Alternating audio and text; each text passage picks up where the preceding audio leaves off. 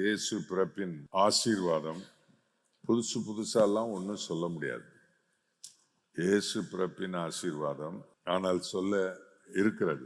ஏசாயா தீர்க்கதரிசியின் புஸ்தகம் 9ஆம் அதிகாரம் 2ஆம் வசனம், இருளில் நடக்கிற ஜனங்கள் பெரிய வெளிச்சத்தை கண்டார்கள். சொல்லுங்க, இருளில் நடக்கிற ஜனங்கள் பெரிய வெளிச்சத்தை கண்டார்கள். ஸ்தோத்திரம். காணணும் நம்முடைய வாழ்க்கையில இந்த பெரிய வெளிச்சம் உண்டாகணும். பைபிள் என்ன சொல்லுதுன்னா, வேதம் ஏசாயா தீர்க்கதரிசியை கொண்டு அதை மத்தேயு சுவிசேஷத்திலேயும் அதை எடுத்து சொல்லி இருக்கிறது. அதுல ஒரு சின்ன மாற்றம் வந்திருக்குது. அதுல ஏசாயா சொன்னதைத்தான் எடுத்து சொல்லியிருக்கு. 4:15, மத்தேயு 4:15, இருளில் இருக்கும் ஜனங்கள் பெரிய வெளிச்சத்தை கண்டார்கள் இருக்குது. ஏசாயாவில் எப்படி இருக்குன்னா, இருளில் நடக்கும் ஜனங்கள், இருளில் வாழ்கிறவர்கள், இருளில் செயல்படுகிறவர்கள், அவர்களுக்கு ஒரு வெளிச்சம் தேவையா இருக்கிறது. நான் சில வசனங்களை வாசித்துட்டு உங்களுக்கு ஒரு சிறு விளக்கம் கொடுக்க நான் விரும்புகிறேன். கர்த்தருக்கு ஸ்தோத்திரம். மல்கியா தீர்க்கதரிசியின் புஸ்தகம் 4ஆம் அதிகாரம் 2ஆம் வசனம் சொல்லுகிறது, ஆனாலும் என் நாமத்துக்கு பயந்திருக்கிற உங்கள் மேல் நீதியின் சூரியன் உதிக்கும், அதாவது வெளிச்சம் பிறக்கும், அதன் செட்டைகளின் கீழ் ஆரோக்கியம் இருக்கும், நீங்கள் வெளியே புறப்பட்டு போய் கொழுத்த கன்றுகளை போல் வளருவீர்கள். கொழுத்த கன்றுன்னா அது ஒரு ஸ்பெஷல். அதுதான் இப்ப பாருங்க, இயேசு கிறிஸ்துவாகிய நீதியின் சூரியன். இதைத்தான் ஏசாயா சொல்லுகிறார். இருளில் நடக்கிற ஜனங்கள் பெரிய வெளிச்சத்தை கண்டார்கள். சூரியனுக்கு தமிழ்ல என்ன பேர் போட்டிருக்கு? பெரிய சுடர். என்ன? அதிலிருந்து வருகிற பெரிய வெளிச்சம். பகலை ஆள பெரிய சுடரை உண்டாக்கினார்னு இருக்கா? கர்த்தருக்கு ஸ்தோத்திரம். பெரிய வெளிச்சத்தை கொடுக்கிற பெரிய சுடர் சூரியன். சூரியன் உதித்து அது நண்பகலுக்கு வருமானால் எல்லாமே ஒளிமயமாகிவிடும். இந்த சவுல் என்கிற பவுல், அவன் சவுலா இருந்த காலத்தில் பரிசேயனாய் இருந்தான். அவன் தேவனுக்கு ஊழியம் செய்வதாக நினைத்து கிறிஸ்தவர்களை துன்பப்படுத்தி கொண்டிருந்தான். கிறிஸ்தவர்களை துன்பப்படுத்தி கொண்டிருந்த அவனுக்கு, கிறிஸ்தவர்கள் எங்கு இருக்கிறார்கள், கிறிஸ்துவை தொழுகிறவர்கள், கிறிஸ்துவை பிரசங்கிக்கிறவர்கள் எங்கு இருக்கிறார்கள் என்று ஆராய்ச்சி அவனுடைய காலத்தில் அவன் செய்தான். ஆனால் அதனாலே அவன் தமஸ்குவிலே திரளான கிறிஸ்தவ மக்கள் இருக்கிறார்கள் என்ற செய்தி வந்தபோது அவன் அதற்குரிய அதிகார பத்திரம் எல்லாம் வாங்கி கொண்டு தமஸ்கு நோக்கி போகிறான். மதிய வெயில்ல, அதாவது பெரிய சுடரின் பெரிய வெளிச்சத்துல அவன் போய் கொண்டிருக்கிறான். கர்த்தருக்கு மகிமை உண்டாவதாக. அப்படி அவன் போய் கொண்டிருக்கும் போது, கர்த்தருக்கு ஸ்தோத்திரம், அப்போஸ்தலர் நடபடிகள் 9ஆம் அதிகாரம் 3ஆம் வசனம், அவன் பிரயாணமாய் போய் தமஸ்குக்கு சமீபித்த போது சடுதியில வானத்திலிருந்து ஒரு ஒளி அவனை சுற்றி பிரகாசித்தது. இரவுல அவன் போகலங்க, இரவுல போகல, பகல்ல தான் போனான். ஒரு பெரிய ஒளி அவனை சுற்றி பிரகாசித்தது என்று சொல்லி இருக்கிறது. அந்த வெளிச்சம் அவ்வளவு பிரகாசமா இருந்ததுனால அவன் தரையில விழுந்தான் என்று சொல்லப்படுது. தரையில விழுந்தான். கர்த்தருக்கு மகிமை உண்டாவதாக. அந்த வெளிச்சத்துக்கு முன்பாக அவனால் நிற்க முடியவில்லை. அவன் விழுந்தான். அந்த வெளிச்சத்திலிருந்து ஒரு துணி, சவுலே சவுலே என்னை ஏன் துன்பப்படுத்துகிறாய்? ஆண்டவரே, நீர் யார் என்று கேட்கிறான். நீ துன்பப்படுத்துகிற இயேசு நானே. அன்பானவர்களே, அந்த பெரிய வெளிச்சம் சவுலை சந்தித்து இருளில் நடந்து கொண்டிருந்த அவனை இருளில் செயல்பட்டு கொண்டிருந்த அவனை மாற்றினது. அவனுடைய கொள்கை, அவனுடைய நோக்கம், அவனுடைய செயல்பாடுகள் அவன் அறிந்தது. தான் தேவனுக்கு ஊழியம் செய்வதாக தவறாக எண்ணிக்கொண்டது. இதெல்லாம் இருளின் நடவடிக்கைகள். இருளில் அவன் செயல்பட்டு கொண்டிருந்ததை தேவன் தம்முடைய வெளிச்சத்தை அவனுக்கு கொடுத்தார். மாறிட்டாங்க. அன்றைக்கு அந்த வெளிச்சம் அவனை சந்தித்தது, இருளின் கிரியை அகன்றது. அவன் தமஸ்குவுக்கு போனான், அனனியாவை சந்தித்தான், அவனுடைய காரியங்கள், அவன் அபிஷேகம் பெற்றான், ஞானஸ்நானம் பெற்றான். அதுக்கு பிற்பாடு அவனுடைய வாழ்க்கையே மாறி போய்விட்டது. ஸ்தோத்திரம் கர்த்தருக்கு. அந்த வெளிச்சம் இன்றைக்கு நம்மேல. கர்த்தருக்கு ஸ்தோத்திரம். இருளில் இருக்கிறது என்றால் சில வசனங்களை உங்களுக்கு நான் சொல்லி ஒரு சின்ன விளக்கம் கொடுக்க விரும்புகிறேன். இருளில், கர்த்தருக்கு ஸ்தோத்திரம், அதாவது சங்கீதம் 91:6, 91ஆம் சங்கீதம் 6ஆம் வசனம், இருளில் நடமாடும் கொள்ளை நோய். கர்த்தருக்கு ஸ்தோத்திரம்.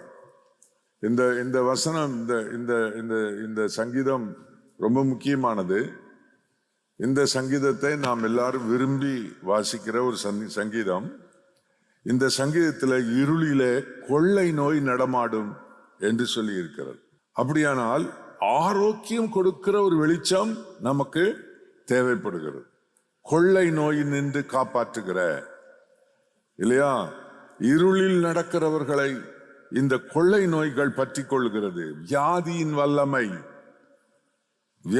வல்லமை, கொடூரமான வியாதியின் வல்லமை இந்த உலகத்தில் ஜனங்களை அதிகமாக பாதிப்புக்குள்ளாக்குறது. வியாதியின் வல்லமை, கேன்சரின் வல்லமை, புதிய புதிய புதிய புதிய இந்த கில்லர் டிசீஸ், கொன்று போடும் வியாதிகள். அதைத்தான் கொள்ளை என்றால் ஒரு மனிதனுடைய உயிரை கொள்ளையடித்து போகிற நோய். திடீரென்று heart attack. Driver car bus ஓட்டிட்டு போயிட்டே இருக்காரு, திடீர்னு அவரு ஸ்டேரிங்லேயே சாஞ்சிட்டாரு. என்ன பயங்கரமானது! காலையில வேலைக்கு போனார அதுக்குள்ளவா அப்படின்னு நினைக்கக்கூடிய கொள்ளை கொண்டு போகும் வியாதிகள் இருளில் நடமாடும். அப்படியானால் இந்த மாதிரி கொள்ளையடிக்கும் நோய்கள் இருள் இருக்கிற இடத்தில் நடமாடும். இருளில் நடமாடும் கொள்ளை நோக்கியும் மத்தியானத்தில் பாழாக்கும் சங்காரத்துக்கும் பயப்படாதிருப்பாய். கர்த்தருக்கு ஸ்தோத்திரம். ஏனென்றால் எனக்காக வெளிச்சம் பிறந்திருக்கிறது. அல்லேலூயா, அல்லேலூயா. நான் ஒரு பிரசங்கம் பண்ணணுன்ற உண்மையாவே நீங்க இதை கவனிச்சு பாருங்க. கர்த்தருக்கு ஸ்தோத்திரம். இந்த வியாதியின் வல்லமைகளுக்கு இந்த வெளிச்சம் விலக்கி நம்மை காக்கும். Praise the Lord. அதனால தான் மல்கியா சொல்லுகிறாரு, நீதியின் சூரியனின் வெளிச்சத்துல அதன் சட்டைகளின் கீழே ஆரோக்கியம் இருக்கும் என்று சொல்லி இருக்கிறது. இந்த வெளிச்சத்துல, அந்த சூரியன்ல, நீதியின் சூரியன் அவர் இயேசு நம் வாழ்க்கையில் உதித்தால் அந்த வெளிச்சத்துல இருளில் நடமாடுகிறோம் வியாதியின் வல்லமைக்கு விலக்கி காக்கப்படுகிற ஒரு ஆசீர்வாதம் இருக்கிறது. அல்லேலூயா, கர்த்தருக்கு ஸ்தோத்திரம். 104ஆம் சங்கீதம் அதுல 20ஆம் வசனத்துல என்ன சொல்லி இருக்குன்னா, நீர் இருளை கட்டளையிடுகிறீர், ராக்காலமாகும், அதிலே அந்த இருளிலே சகல காட்டு ஜீவன்களும் நடமாடும் என்று சொல்லி இருக்கிறது. அப்படின்னா என்னன்னா, தங்கு தடையின்றி செயல்படும். என்ன அவர் பாருங்க, அவர் பாட்டுக்கு ஒலாத்துறாருன்னா அவருக்கு ஒரு கவலையும் இல்லை, அவர் பாட்டுக்கு ஒலாத்துறார். அது மாதிரி இருளில தீமைகள் நடமாடும். நாம் இருளில் இருந்தால் காட்டு ஜீவன்கள் நடமாடும். அது என்ன செய்யும்னா தீமையை விளைவிக்கும். இந்த காட்டுல வாழ்ற சில மிருகங்கள் இருக்கிறது, அது என்ன செய்யும்னா ஒன்றை ஒன்று அடித்து பட்சிக்கும். மனுஷன் மாட்டிக்கொண்டால் அடித்து பட்சித்து விடும். நாட்டுக்குள்ளே அவைகள் வருகிறதில்லை. காட்டை அழித்து குறைக்கிறதுனால நாட்டுக்குள்ளே சில வைல்டு லைஃப் வருது. ஆனா வரக்கூடாது. கர்த்தருக்கு ஸ்தோத்திரம். ஒரு மிருகத்தை அப்படியே சுற்றி எலும்பையெல்லாம் நொறுக்கி அப்படியே முழுவதுமாய் முழுங்கி விடுகிற பயங்கரமான அனகொண்டா அல்லது மலைப்பாம்புகள் காட்டில் இருக்கிறது. இது மாதிரியான பயங்கரங்கள் மனுஷனுக்குள்ள எப்படி நடமாடுகிறது? என்ன? கர்த்தருக்கு ஸ்தோத்திரம். மார்க்கு சுவிசேஷம் 7ஆம் அதிகாரம் 21ஆம் வசனத்தில் மனுஷனுக்குள் நடமாடும் காட்டு ஜீவன்களின் பெயர்களை அவர் வித்தியாசமாய் அங்கே சொல்லி இருக்கிறார். வாசிங்க சத்தமா. மனுஷனுடைய இருதயத்துக்குள்ள பொல்லாத சிந்தனை, கொலை பாதகம், களவு, பொருளாசை, துஷ்டத்தனம், ரவுடிசம், துஷ்டத்தனம், களவு, கபடு, வன்கண், தூஷணம், பெருமை, ஆமா, புத்தி இல்லாத செயல்கள், இதெல்லாம் புறப்பட்டு வரும். இதுவைகளை என்ன சொல்லுகிறதுனா பொல்லாங்கானவைகளாகிய, அல்லது இப்ப இதுக்கு நம்ம பேர் போட்டுருவோமா, காட்டு ஜீவன்களாகிய இவைகளெல்லாம் உள்ளத்திலிருந்து புறப்பட்டு மனுஷனை கை வழியாக, வாய் வழியாக, பேச்சு வழியாக இது செயல்படுகிறது. இப்ப மனுஷனுக்கு என்ன தேவை? என்ன? இருளில் நடமாடும் கொள்ளை நோய் நீங்க வேண்டும். இருளில் நடமாடும் காட்டு ஜீவன்கள் விலக வேண்டும். அப்பா, உனக்கு கோபம் வந்துருச்சுன்னா அது ஒரு துஷ்டத்தனங்க. கோபம் வந்துட்டா அது எப்படி யானைக்கு மதம் பிடிக்குது பாருங்க, அதுதான் கோபம். யானைக்கு மதம் பிடிச்சிச்சுன்றாங்க, இல்ல அதுக்கு கோபம் வந்துருச்சு. சும்மா இவன் என்ன பண்றான், அந்த அங்குசமா அதை வச்சு குத்திக்கிட்டே இருக்கிறான். அதுவும் பொறுத்து பாச்சு. ஒரு தடவை கோபம் வந்துருச்சு. கோபம் தானே, அவனே கழுத்தள்ளி ஒரே மிதி, பாகன் என்ன, ஒரே மிதி, அவுட்டு. அதை பிடிச்சி இழுக்கும், இதை பிடிச்சி இழுக்கும். உனக்கு கோவம் தான் என்ன செய்யற?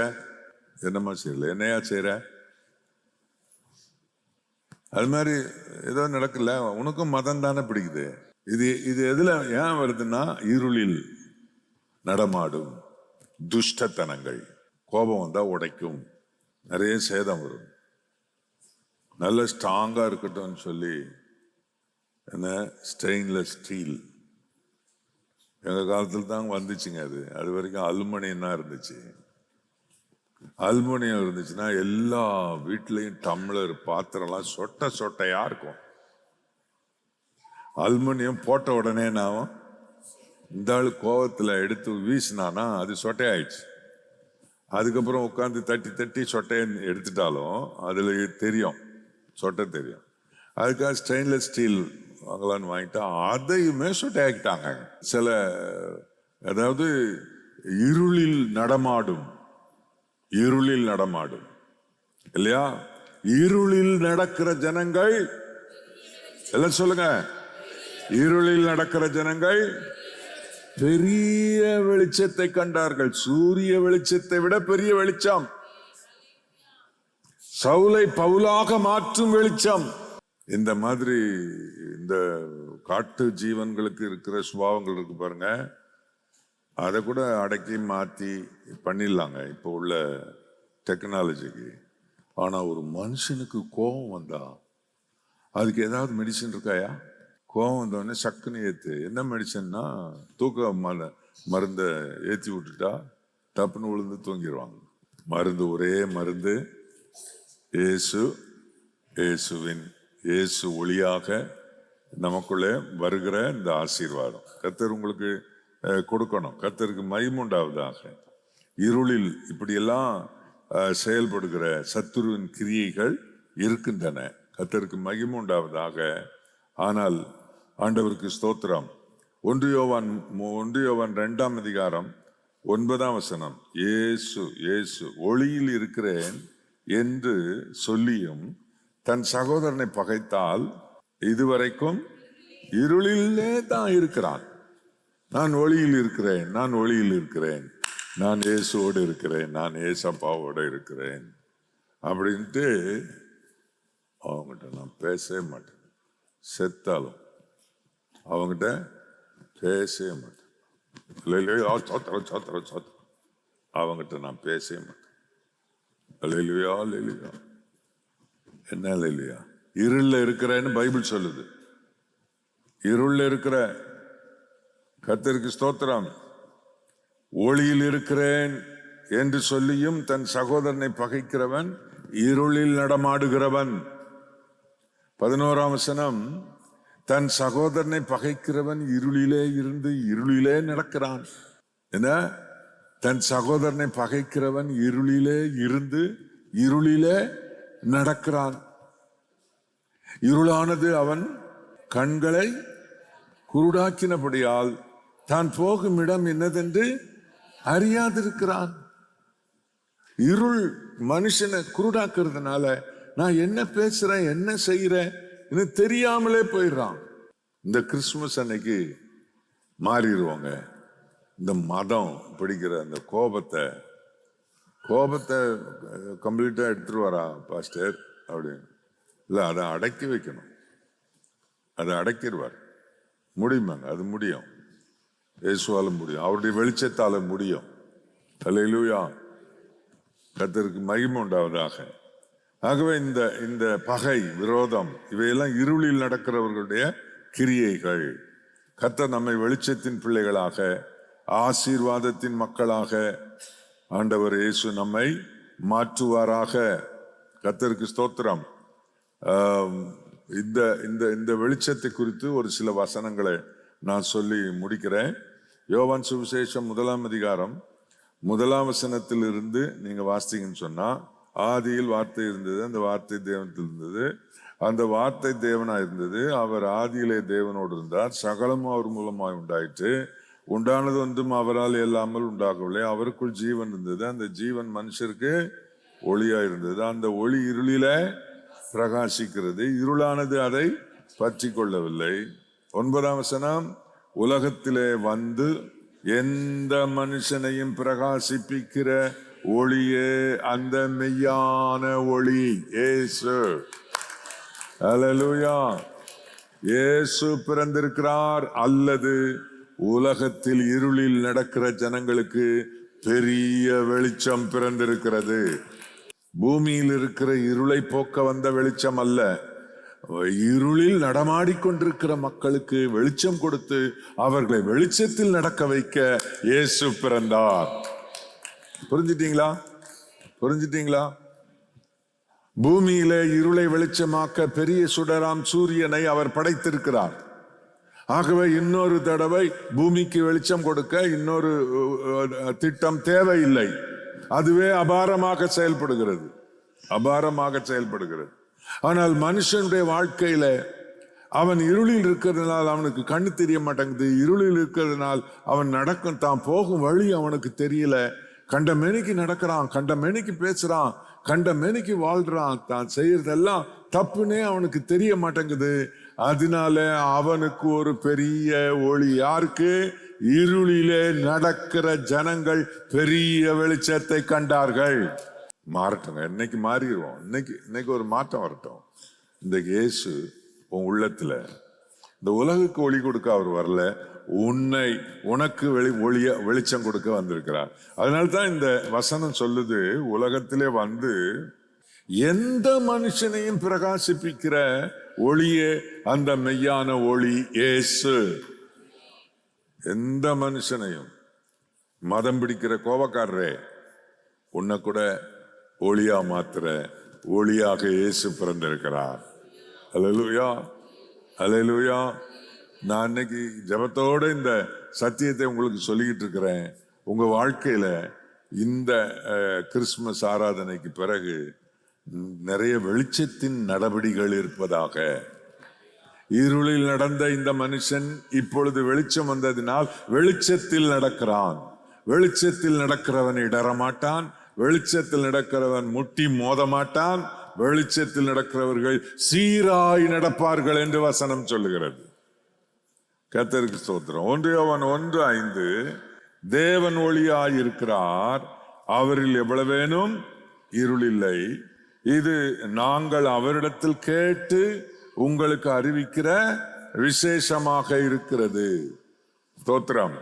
என் தேவன், என் இயேசு என்றால் அவர் ஒளியாயிருக்கிறவர். கர்த்தருக்கு ஸ்தோத்திரம். கர்த்தர் உங்களை அப்படி நடத்துவார்.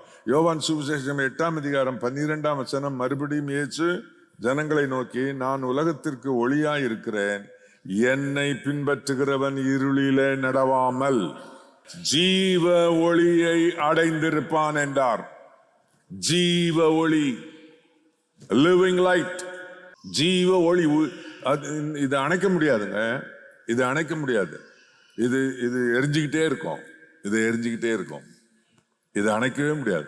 என்னிலே அவர் ஜீவ ஒளியாக இயேசு வந்திருக்கிறார். இன்னைக்கு வெளிச்சம் இருக்குது, நாளைக்கு இருட்டாயிரும். அப்படி கிடையவே கிடையாது. வெளிச்சத்தில் இடர்கிறவர்களை என்னன்னு சொல்றது? வெளிச்சத்தில் இடர்கிறவர்கள் இல்ல. கர்த்தருக்கு ஸ்தோத்திரம். இயேசு ஜனங்களை நோக்கி, நான் உலகத்திற்கு ஒளியாயிருக்கிறேன், என்னை பின்பற்றுகிறவன் இருளிலே நடவாமல் ஜீவ ஒளியை அடைந்திருப்பான். எப்பவும் ராத்திரி பகல் என்னவா இருந்தாலும் எப்பவும் இந்த ஒளி உன்னை சுற்றி பிரகாசிக்கும்படி தேவன் செய்வார். என் தேவன் யார் தெரியுமா? சங்கீதத்துல இருக்குது, அது சாமுவேல் தீர்க்கதரிசியின் புஸ்தகத்துல இருக்குது. 2 சாமுவேல் 22 29 கர்த்தராகிய தேவரீர் என் விளக்காய் இருக்கிறீர். எல்லாம் இந்த வசனத்தை வாசிங்க, எல்லாரும் வாசிங்க. கர்த்தராகிய தேவரீர் என் விளக்காய் இருக்கிறீர், கர்த்தரின் இருளை வெளிச்சமாக்குகிறவர். அல்லேலூயா, அல்லேலூயா. இனிமே இருள் இல்லை. கர்த்தருக்கு ஸ்தோத்திரம்.